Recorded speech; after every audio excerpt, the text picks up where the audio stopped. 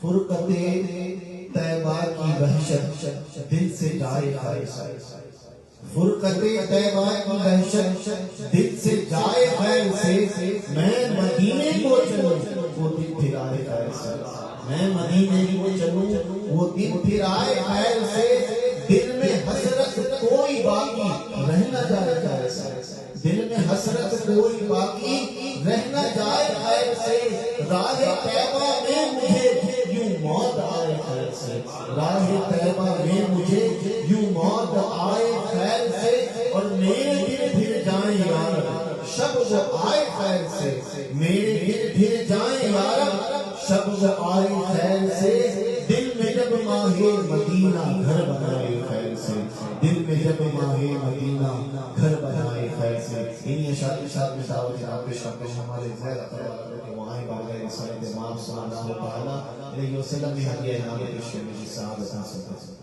صلی اللہ علیہ یا رسول اللہ وسلم علیک یا حبیب اللہ، چمک تجھ سے پاتے ہیں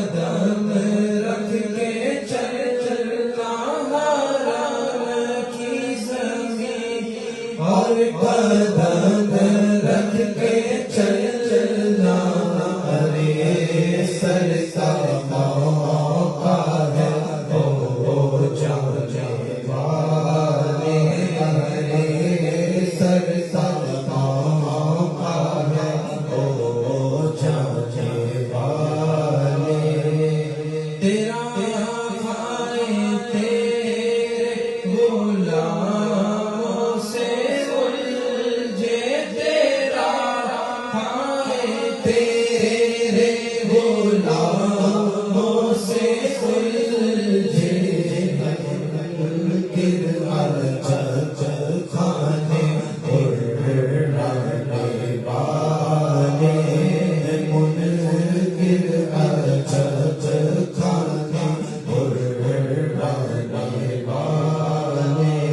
رہے گا یوں ہی ان کا چرچا رہے گا یوں ہی رہے گا یوں ہی ان کا چرچا رہے گا بڑے خاک ہو جائیں چرچا والے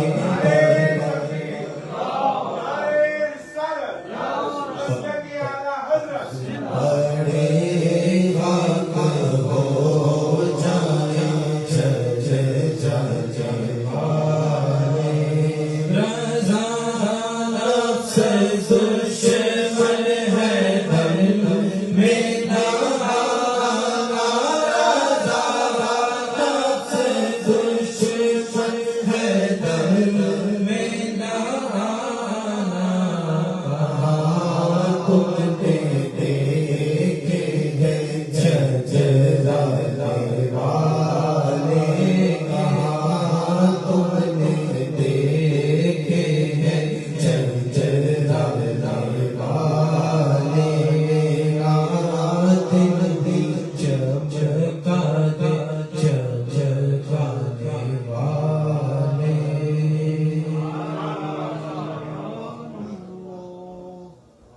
جنہیں خلق کہتی ہے مصطفیٰ جنہیں خلق کہتی ہے مصطفیٰ میرا دل انہی پہ نثار ہے جنہیں خلق کہتی ہے مصطفیٰ میرا دل انہی پہ نثار ہے میرے قلب میں ہے وہ جلوگر کہ مدینہ جن کا دیدار ہے میرے قلب میں ہے وہ جلوگر کہ مدینہ جن کا دیدار ہے انہی اشعار کے ساتھ میں دعوت پیش کرتا ہوں ہمارے مہمان قادری بھائی کے وہ آئیں اور بھائی بھائی سارے امام صلی اللہ علیہ وسلم میں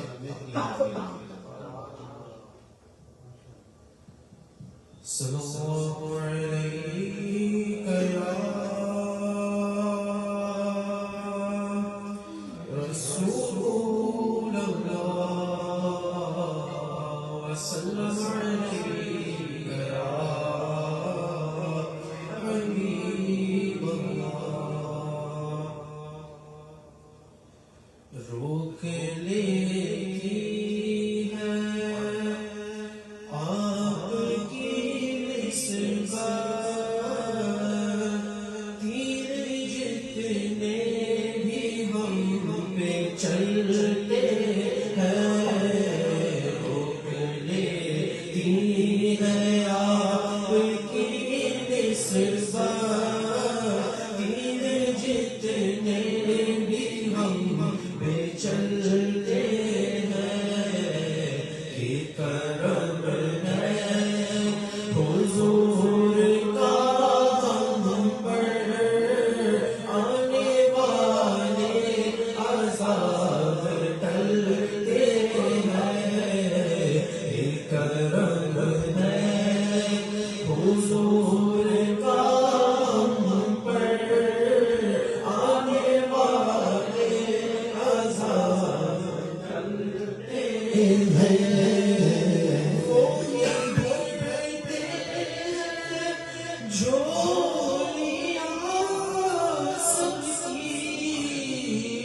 وہی سمجھتے ہیں بولیاں سب کی وہی بھرتے ہیں جھولیاں سمجھتے ہیں بولیاں سب کی آؤ بازار مصطفیٰ کو چلے آؤ بازار مصطفیٰ کو چلے روشنی میں وہیں پہ ڈھلتے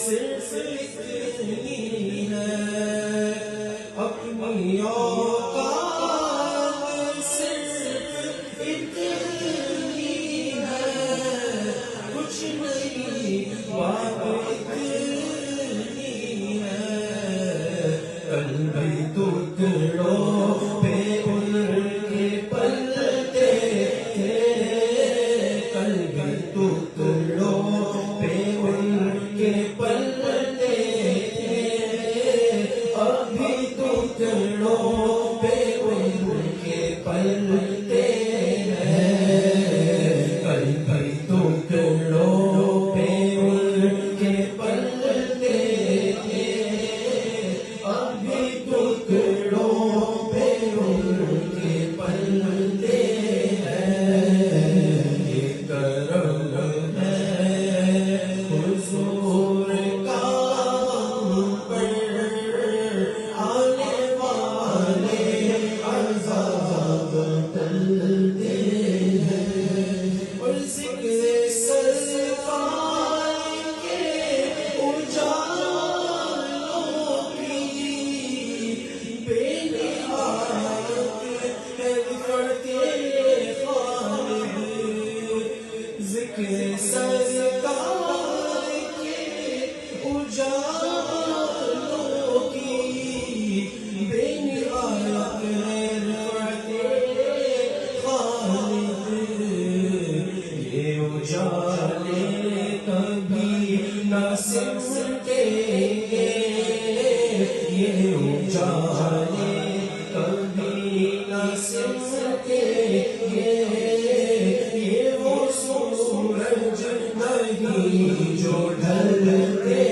ہیں یہ اجالے کبھی نہ سمٹیں گے یہ وہ سورج نہیں جو ڈھلتے ہیں یہ کرم ہے حضور کا ہم پر آنے والے عذاب ٹلتے ہیں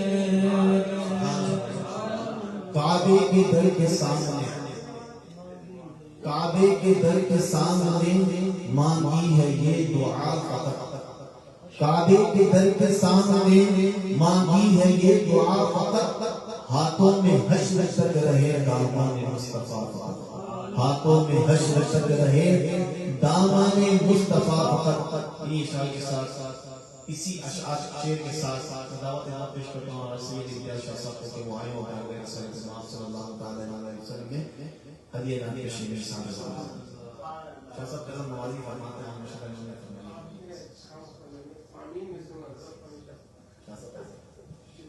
صلو علی الحبیب صلی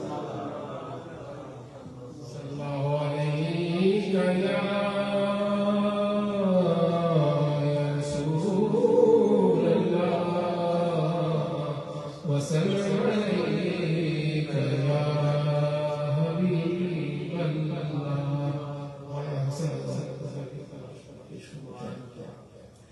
دل درد سے بسمل کی طرح لوٹ رہا ہو دل درد سے بسمل کی طرح لوٹ رہا ہو سینے پہ تسلی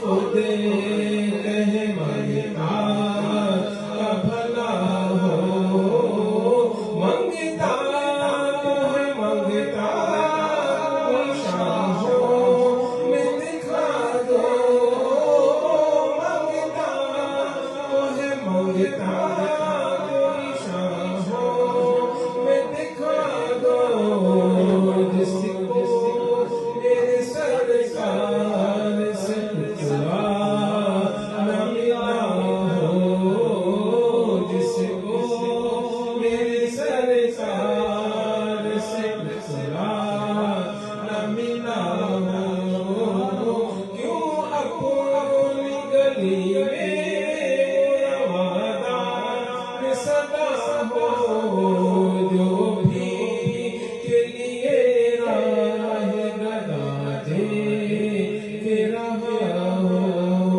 دے ڈال اپنے لب جان بخش نہ صدقہ ہے کاش رہے درد حسن کی بھی دوا ہو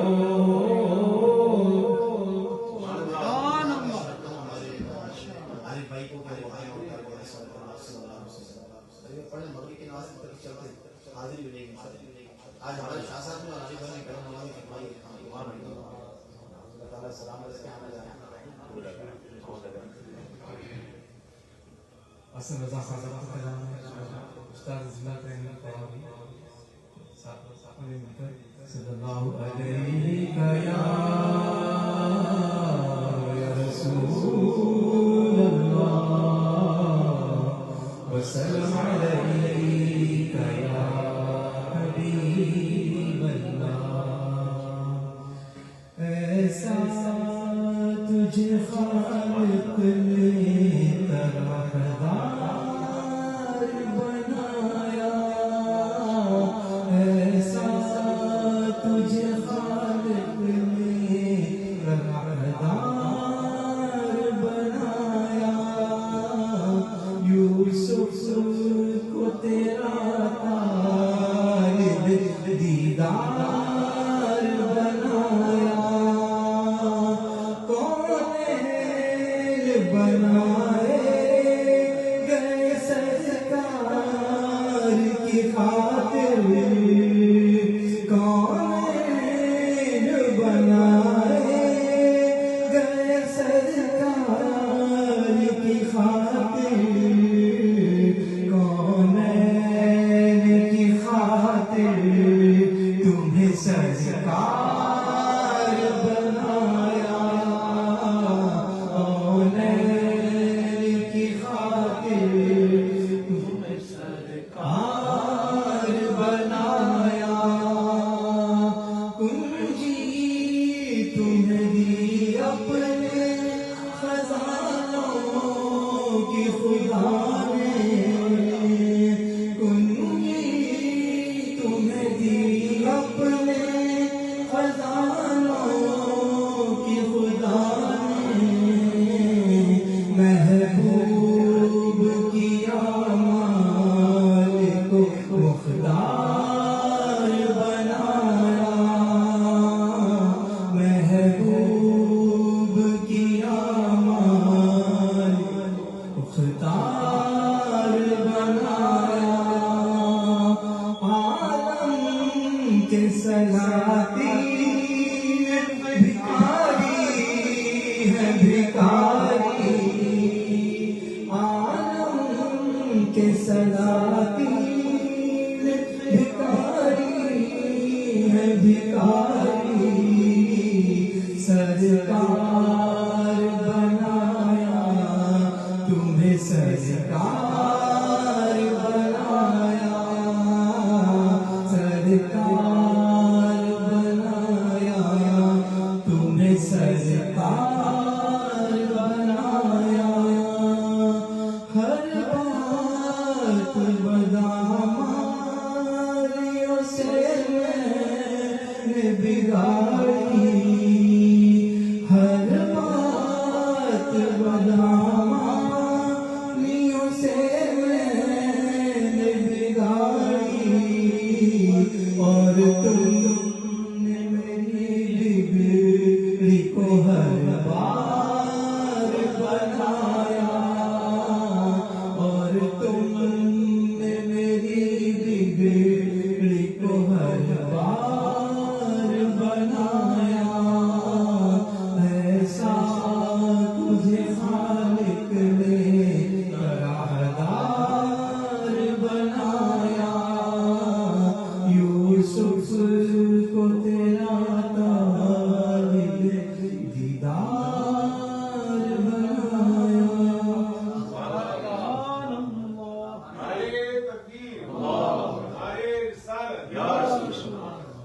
غوثیہ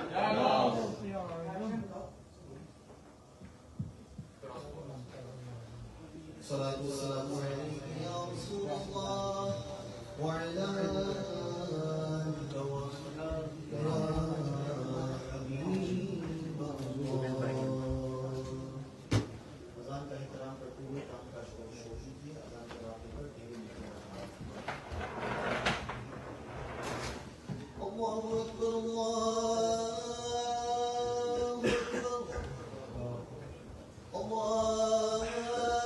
اکبر اللہ اکبر. اشهد ان لا اله الا الله.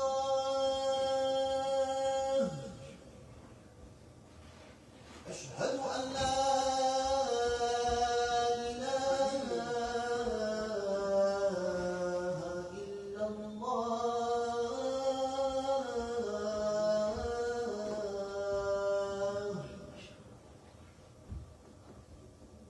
أشهد أن محمدا رسول الله.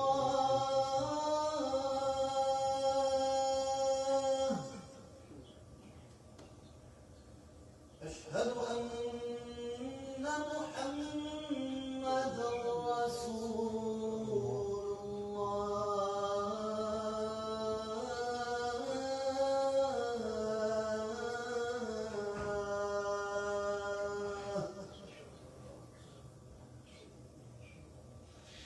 حي على الصلاة.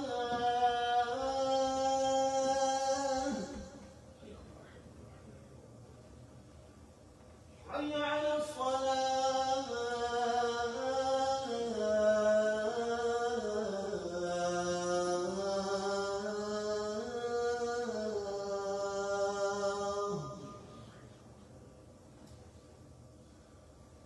حي على الفلاح.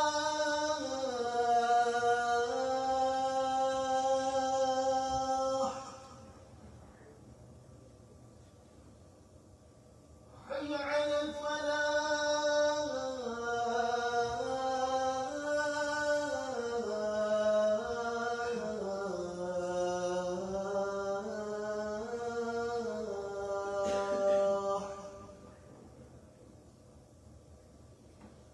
الله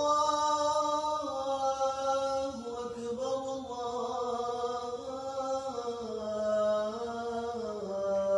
أكبر. لا إله إلا